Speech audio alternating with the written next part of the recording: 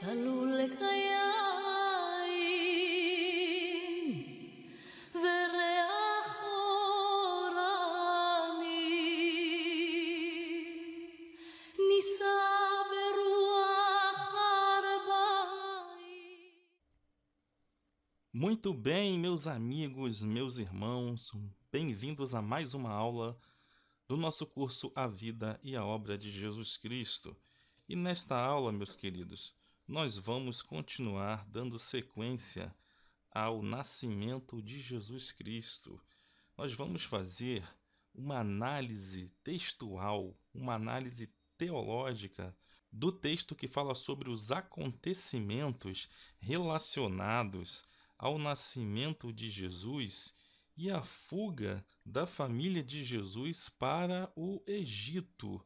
Nós vamos também entender o que vem a ser as palavras primogênito da criação, que está ali no livro de Colossenses, essas palavras que foram proferidas pelo apóstolo Paulo na sua carta aos Colossenses. O que significa isso, né? Dizer que Jesus é o primogênito de toda a criação. Será que ele foi criado? Será que Jesus é um ser criado? Então, nesta aula, nós vamos esclarecer esta frase do apóstolo Paulo. E abordaremos novamente nessa aula os níveis de interpretação de textos da Bíblia. Nós vamos ver os níveis, né, de escrita desses textos dentro da cultura hebraica e a sua consequente interpretação, para que a gente não crie confusões, né, não crie heresias. Quando nós lermos os textos bíblicos, nós temos que ter consciência dos níveis de interpretação. Então, meus queridos, para iniciar essa aula, nós vamos voltar ao fato da fuga da família de Jesus para o Egito. E nós vamos ler ali em Mateus, capítulo 2, né, versículo 14 e 15, onde nós encontramos esse advento da fuga de Jesus, né, da família de Jesus para o Egito, porque eles estavam fugindo da perseguição do rei Herodes, que havia ordenado a matança das crianças, né, dos inocentes, ali na cidade de Belém. Tá? Então, por uma divina revelação, né, José foi avisado que ele deveria ir com Jesus, né, e com Maria, né, Miriam, a mãe de Jesus. Miriam é o nome de Maria em hebraico. Eles deveriam ir para o Egito e ficar lá por um tempo até que o perigo fosse cessado. Então vamos ler esse versículo. E levantando-se ele, tomou o menino e a sua mãe de noite e foi para o Egito. E esteve lá até a morte de Herodes, aqui é Herodes o Grande, até a morte de Herodes, para que se cumprisse o que foi dito da parte do Senhor pelo profeta, que diz: do Egito chamei o meu filho. Então, meus queridos, esses versículos, principalmente essa parte que diz: do Egito chamei o meu filho, é um excelente exemplo de um nível de interpretação de textos hebraicos chamado de remes, como nós já vimos em aulas anteriores. Tá? Só para vocês terem uma ideia, vou repetir aqui nesta aula, existem 4 níveis de interpretação dos textos hebraicos. Então, o que significa ter 4 níveis? Significa que dentro da cultura hebraica e judaica de escrever, uma mesma frase pode ter 4 interpretações diferentes. Tá? Nós temos, por exemplo, a Peshat, que ela é o nível literal, né? Você pode pegar o texto e extrair dele um sentido literal, aquilo que realmente ele está dizendo no seu primeiro nível. Por exemplo, nós podemos pegar a palavra Egito e entender Egito no seu sentido literal, que ela é o quê? O Egito é um país, né? É um país que fica ali no norte da África, próximo ao Oriente Médio, né? Próximo às terras de Israel. Nós podemos também entender o Egito num outro nível de interpretação, que a Bíblia traz para a gente. Se a gente pegar o nível de interpretação Remes, o Egito pode simplesmente significar o mundo, né? O mundo pecaminoso. Porque o Egito era um local de adoração a muitos deuses. E também o Egito era um local de escravidão para os filhos de Israel. Então, o Egito ele tem esse significado, ok? Nós temos também a Derash. A Derash é um nível de interpretação de escrita de textos onde você conta uma história em que ela não é necessariamente parte de uma realidade. Pode ser uma história fictícia, né, mas que vai trazer para você, vai trazer para a gente significados morais, né? Vai trazer verdades profundas dentro dessa história. Pode ser uma história real, mas não necessariamente é uma história real. Geralmente, essas histórias da Derash, né, são chamadas de Midrash, elas são histórias fictícias, mas que trazem uma profundidade moral, uma lição moral no final das suas histórias. Um exemplo são as parábolas de Jesus. Jesus ele utilizava esse nível de interpretação de textos hebraicos quando ele proferiu as suas parábolas, que na verdade fazem parte da Derash, ou seja, as parábolas são histórias fictícias que, porém, trazem um sentido moral, um ensino moral, uma verdade profunda que está dentro dessas parábolas de Jesus. Nós temos também o Sod. O Sod é um nível de interpretação que já vai depender de revelações, né? Então, dentro de um texto bíblico, você pode dali tirar revelações para a sua vida, né? Há sentidos ali, né, nos textos bíblicos que talvez só você venha a compreender. Esses textos podem falar diretamente com você. Isso acontece com cada um de nós. Então, são textos que dependem de revelação, ok? Então, meus queridos, voltando aqui à nossa aula da fuga para o Egito, então esse fato, né, essa parte do texto em que o profeta diz: "Do Egito chamei o meu filho", está relacionado ao nível de interpretação de textos remes, que é um símbolo, né, na verdade é uma pista que segue uma verdade profunda. E que nesse caso aqui, nesse nosso caso de Mateus 2, versículo 14 e 15, envolve o relacionamento entre o Messias, que é Jesus, né? É o Messias, o Mashiach, é o ungido, e o povo de Israel, aludindo a ambos, tanto Jesus, que é o Messias, e o povo de Israel, como sendo filho de Deus. O verso que está sendo citado aqui, na verdade, né, é do livro do profeta Oséias, tá? É do livro do profeta Oséias. Vamos ler aqui no Oséias capítulo 11, versículo 1, que diz: "Quando Israel era menino, eu o amei, e do Egito chamei a meu filho." Então a gente vê que o evangelista Mateus, ele vai repetir esse texto que está em Oséias 11, versículo 1. Então, Mateus está fazendo essa associação entre o povo de Israel e Jesus Cristo, aludindo a ambos como sendo filho de Deus. Agora, fica claro nesse verso do profeta Oséias que originalmente, né, esse versículo de Oséias 11:1 não se refere ao Messias de forma direta. Está se referindo aqui, nesse texto do Antigo Testamento, ao povo de Israel. Porém, Mateus ele entendeu que o significado primário desta passagem de Oséias é um verdadeiro sentido alegórico. Então nós temos que, às vezes, quando nós lemos os textos bíblicos, nós temos que saber extrair esse sentido alegórico dos textos. Então, Mateus, como ele era conhecedor dos textos bíblicos, ele sabia que esse tipo de interpretação era comum nos escritos sagrados. Veja o exemplo do livro do Êxodo, meus queridos.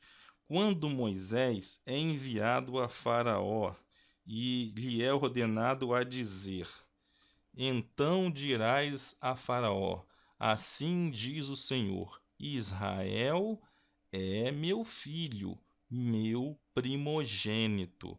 Êxodo capítulo 4, versículo 22. Então, meus queridos, o que está acontecendo aqui? Vamos ver isso aqui. Veja bem, né?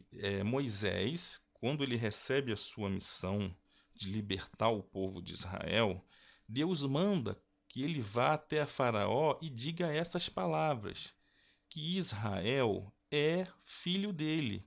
E o povo de Israel, ainda mais, é o primogênito de Deus. Mas como assim Israel é o primogênito de Deus? Essa pergunta, né, nós fazemos por quê? Porque nós sabemos que o povo de Israel, ele nasceu, né, muito depois de Abraão, muito depois da criação do mundo. Ou seja, Israel, né, o povo de Israel, não foi a primeira coisa que Deus criou. Né? Deus primeiro criou o mundo, depois criou Adão, depois criou Eva, e assim por diante até chegar a Abraão e depois chegar a Jacó e formar o povo dele. Mas como Deus está dizendo que ele é o primogênito, né? Que Israel é o primogênito, porque primogênito é o primeiro filho, né? Primogênito é aquele que é criado primeiro. Então, vamos dizer o que está acontecendo nesse texto aqui para que a gente possa entender essa expressão do Egito chamei o meu filho, né? Ali no nascimento de Jesus. Ao afirmar, meus queridos, que Israel é o seu primogênito, Deus ele está, na verdade, atribuindo os direitos e as responsabilidades que a cultura oriental dava aos filhos primogênitos, tá? Os primogênitos, eles tinham direitos diferentes, né, do que os outros filhos, né, do mesmo pai. Então, o primogênito ele tinha mais direitos, ele tinha também mais deveres. Dentre esses direitos e deveres, o maior, né, desses direitos e deveres era o do sacerdócio. Então, o primogênito ele tinha direito ao dobro da herança do pai. A herança era dividida entre os filhos por igual. Porém, o primogênito ele tinha direito ao dobro, a duas vezes, né, a porção dele. A porção dele era dobrada. E o primogênito, originalmente, também quando Deus tirou o povo do Egito, era a função do primogênito ser sacerdote, ok? Isso depois passou para os levitas, mas a princípio seriam os primogênitos quem faria o serviço de sacerdote para cada família. Então, essa comparação de chamar Israel de primogênito, dando, né, a Israel a função de uma nação sacerdotal, né, trazendo essa responsabilidade de que o povo de Israel tivesse a função de ser uma nação sacerdotal para o restante do mundo, né? Essa era a função que Deus queria dar para Israel, né, que fosse uma nação que abençoasse as outras nações da terra. Esse era o plano. Então, aqui revelado quando Deus fala essas palavras para Moisés: Israel é o meu filho primogênito, ou seja, Israel deveria ser sacerdote para as outras nações, porque a função de ser sacerdote até aquele momento era dos primogênitos. Então, isso aí vai nos esclarecer também lá o livro de Colossenses, né, a carta do apóstolo Paulo aos Colossenses, no capítulo 1, versículo 15, que fala sobre Jesus. Vamos ler o que ele disse?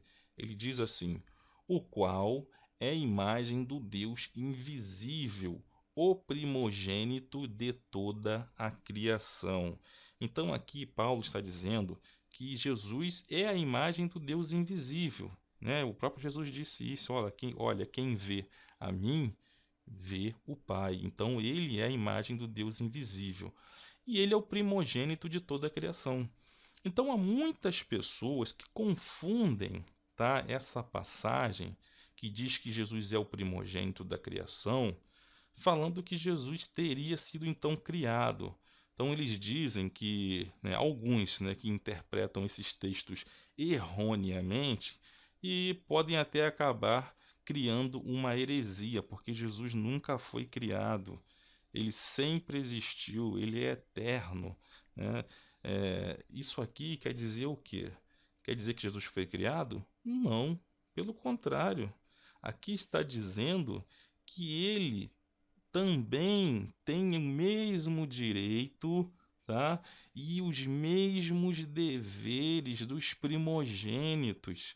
Só que aqui a palavra primogênito está relacionada com toda a criação, ok? Então Jesus, ele tinha o dever, né, aqui dado por esse texto, está revelando para a gente, né, que isso aqui é uma revelação. Então isso aqui está no tanto no nível de interpretação de texto simbólico, é uma pista, então é o remes funcionando aqui, como também está no nível da revelação, no nível sod, né, de interpretação de texto, que é o quarto nível. Então aqui nós temos o segundo e o quarto nível de interpretação de textos funcionando ao mesmo tempo no mesmo versículo, ok? Então aqui está dizendo que Jesus ele tinha a função de sacerdote, né, em relação a toda a criação. Jesus tinha a função de intercessão, ok? De mediador para toda a criação, porque essa era a função do primogênito antes do pecado do bezerro de ouro. Depois do pecado do bezerro de ouro é que houve uma mudança. Isso passa para os levitas, para o sacerdócio levítico de Arão, ok? Mas até aquele momento não era assim, era o primogênito, tá? Esse era o propósito de Deus. Então Jesus aqui está sendo colocado como primogênito de toda a criação, ou seja, ele tinha o dever de ser sacerdote de toda a criação e ele também tinha o direito dobrado, né? Se todo o mundo é herança do Senhor, se nós somos herança do Senhor, Jesus tinha essa herança dobrada. E nós vamos ver mais para frente, né? Por quê? Por que que ele tinha essa herança dobrada? Por exemplo, que primogênito, né, em hebraico, é dado pela palavra Behor, né, Behor em hebraico. Aqui nós temos na nossa tela, né, a palavra Behor, que é formado pelas letras Beit. Aqui nós temos um Shivá, que vai equivaler ao som do E, né, da vogal E. Nós temos aqui a letra Raf, nós temos a letra Vav com sinal vocálico do O, né, da letra O, da vogal O, e nós temos aqui a letra Resh, que tem o som do R em final de palavras. Então aqui nós temos B, a letra Raf tem o som de RR, Behor, e nós temos aqui esse conjunto vai fazer B, Raf tem um som de RR, letra O aqui na Vav com pontinho, B e o R, então Hor. Então aqui nós temos a palavra Behor. Behor, primogênito, né? Primogenitura, e tinha direito a duas vezes a herança. Então o direito à herança do primogênito era dobrada, era duas vezes a divisão que era feita entre os filhos do mesmo pai. Então, meus queridos, Jesus ele tinha essa herança dobrada, né? Por quê? Vamos prosseguir na nossa aula, né? Que Paulo, né, como eu disse, nesse versículo, o qual é a imagem do Deus invisível, o primogênito de toda a criação, ele utiliza, como eu disse, essas duas técnicas de interpretação de texto, dando a Jesus primazia sobre tudo o que foi criado, todos os direitos sobre a criação, meus amados, e toda a responsabilidade de ser o sacerdote da criação. Tá? Na saída do Egito, os primogênitos dos israelitas é que seriam separados para a função do sacerdócio. Tem um versículo, meus amados, ali no livro de Êxodo, no capítulo 13, versículo 2, que vai dizer assim: santifica-me todo o primogênito, o que abrir toda a madre entre os filhos de Israel, de homens e de animais, porque meu é. Então aqui nós vemos a separação dos primogênitos para o sacerdócio na saída do povo de Israel do Egito. Porém, com o pecado do bezerro de ouro, os primogênitos foram substituídos pela descendência de Arão, os levitas, que passaram a partir de então, a ter direito no que ficou conhecido como sacerdócio levítico. Então, meus queridos, aí houve essa substituição, mas no princípio não era assim. E com Jesus há um reparo, né, ao conserto para que as coisas voltassem ao princípio. O próprio Jesus disse isso em algumas palavras que ele falou: olha, era feito de tal forma, mas no princípio não era assim. E ele veio para restaurar esse princípio. E esse princípio diz que os primogênitos teriam, né, essa dupla responsabilidade de serem sacerdotes e de receberem também uma porção dobrada, né, na sua herança. E Jesus, né, meus queridos, como o primogênito de toda a criação, ele também tem o direito dobrado na sua herança, porque além de ser o criador de todas as coisas, ele também comprou o mundo por meio do seu sangue no madeiro. Então, Jesus tem o direito dobrado sobre a criação, né, sobre a sua herança. Ele tem o direito tanto porque ele é o criador de tudo, como também porque ele é o redentor de todas as coisas, né? Ele, com o seu sacrifício perfeito no madeiro, ele comprou todas as coisas. Então, ele tem o direito tanto como criador como redentor. Tá ok, meus queridos? Então, voltando lá, quando o texto diz: do Egito chamei o meu filho, né, ele usa essa passagem, né, que é falada sobre o povo de Israel para Jesus Cristo, porque ele está usando ali de uma comparação entre o povo de Israel e o Messias Jesus, o ungido, né? Você vai ver, né, principalmente na tentação de Jesus, que há uma prefiguração, há uma simbologia entre aquilo que o povo de Israel fazia e aquilo que o Messias Jesus também fazia. Você começa a ver que o povo de Israel, fugindo da fome, foi para o Egito, né? Os filhos de Jacó, os filhos de Israel, foram se abrigar no Egito e lá ficaram um tempo até sair. Jesus também, fugindo de Herodes, né, da morte, ele foi para o Egito e lá ele ficou um tempo até o tempo determinado da sua volta para Israel. Depois, Israel ficou 40 anos no deserto. Jesus também ficou 40 dias e 40 noites em jejum e foi conduzido ao deserto, né? O povo de Israel no deserto passou por várias provações, por várias tentações. Jesus, após esses 40 dias e 40 noites em jejum, ele foi conduzido ao deserto para ser tentado, né? O povo de Israel murmurou no deserto, nas suas tentações, nas suas provações. Eles não foram aprovados, né? Eles murmuraram contra Moisés e contra Deus. Jesus, ao contrário, ele sendo tentado, ele não murmurou, ele não pecou. Então ele veio trazer aquilo que o povo de Israel deveria ter feito no deserto.